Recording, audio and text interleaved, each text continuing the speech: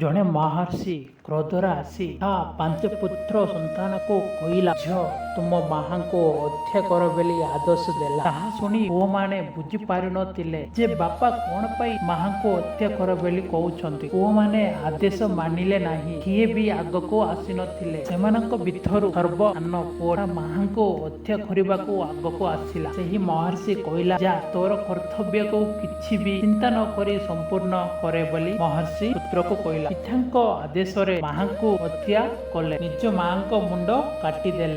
ସେହି ବାଳକଟି କେହି ନୁହେଁ, ଏହି ବିଶ୍ୱକୁ ଭୟଭୀତ କରିଥିବା ଏକ ବୀରଙ୍କ କାହାଣୀ ଅଟେ। ତାଙ୍କ କ୍ରୋଧରେ ଏହି ବିଶ୍ୱ ଥରି ଉଠୁଥିଲା। ସେହି ବ୍ୟକ୍ତି କେହି ନୁହେଁ, ଶ୍ରୀ ମହାବିଷ୍ଣୁଙ୍କ ଷଷ୍ଠ ଅବତାର ପରଶୁରାମ ଅଟେ। ପରଶୁରାମ କିଏ ଓ ସେ କଣ ପାଇଁ ନିଜ ମାହାଙ୍କୁ ହତ୍ୟା କରିଥିଲା ତାହା ଏହି ଭିଡିଓରେ ମୁଁ କହୁଛି। ଭିଡିଓଟା ଇଣ୍ଟରେଷ୍ଟ ଥିବ, ସ୍କିପ୍ ନ କରି ପୁରା ଭିଡିଓଟା ଦେଖନ୍ତୁ। ଦୟାକରି ଗୋଟିଏ ଲାଇକ୍ ଓ ସବସ୍କ୍ରାଇବ କରିଦିଅନ୍ତୁ। ଯମଦଗ୍ନି ଭଳି ଜଣେ ଋଷି ଥିଲେ। ରେଣୁକା ହେଉଛନ୍ତି ଯମଦଗ୍ନି ଋଷିଙ୍କ ସୁନ୍ଦର ଓ ଶ୍ରେଷ୍ଠ ପତ୍ନୀ ଥିଲା। ଦିନକର କଥା, ପାଣି ଆଣିବାକୁ ନଦୀକୁ ଯାଇଥିଲେ ରେଣୁକା। ନଦୀରେ ସ୍ନାନ କରୁଥିବା ଜଣେ ରାଜକୁମାରଙ୍କୁ ଦେଖି ସେ ଆକର୍ଷିତ ହୋଇଗଲେ। ତାଙ୍କୁ ଦେଖି ମାତା ବିଚଳିତ ହୋଇଗଲେ। ତାଙ୍କୁ ଦେଖୁ ଦେଖୁ ଅନେକ ସମୟ କଟାଇ ଦେଲେ। ତାଙ୍କ ସ୍ୱାମୀ ତାଙ୍କୁ ଅପେକ୍ଷା କରିଥିବା କଥା ବି ରେଣୁକା ମାତା ସମ୍ପୂର୍ଣ୍ଣ ଭୁଲିଗଲେ। ଯେତେବେଳେ ରେଣୁକା ଆଶ୍ରମକୁ ପହଞ୍ଚୁଥିଲେ, ଯମଦଗ୍ନି ଋଷି ଧ୍ୟାନରେ ସବୁ କଥା ଜାଣି ପାରିଲା। ଯମଦଗ୍ନି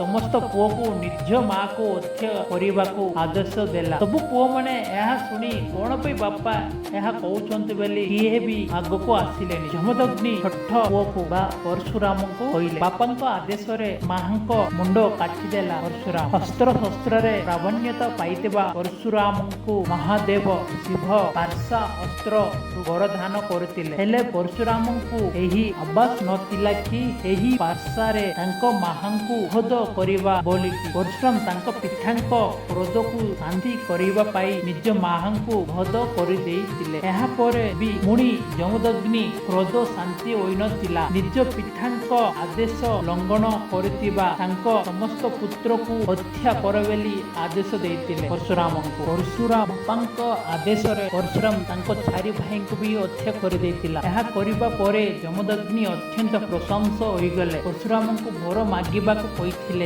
ସେତେବେଳେ ପରଶୁରାମ ନିଜ ମାହା ଓ ଭାଇମାନଙ୍କୁ ବଞ୍ଚେଇ ଦେବାକୁ ବର ମାଗିଥିଲେ। ଏହି କଥା କାହାର ବି ମନ ରହିବେ ନାହିଁ ବୋଲି ବର ମାଗିଥିଲେ। ମହର୍ଷି ଯମଦଗ୍ନି ପରଶୁରାମଙ୍କ କଥାରେ ରାଜି ହୋଇ ସମସ୍ତଙ୍କୁ ବଞ୍ଚେଇ ଦେଲେ। ଦର୍ଶକ ବନ୍ଧୁ ମାନେ, ଏହି ଭିଡିଓଟି ପସନ୍ଦ ହେଲେ ଲାଇକ୍ ଓ ସବସ୍କ୍ରାଇବ କରିଦିଅ ଆଉ କମେଣ୍ଟ ସେକ୍ସନ ରେ ଜୟ ଜଗନ୍ନାଥ।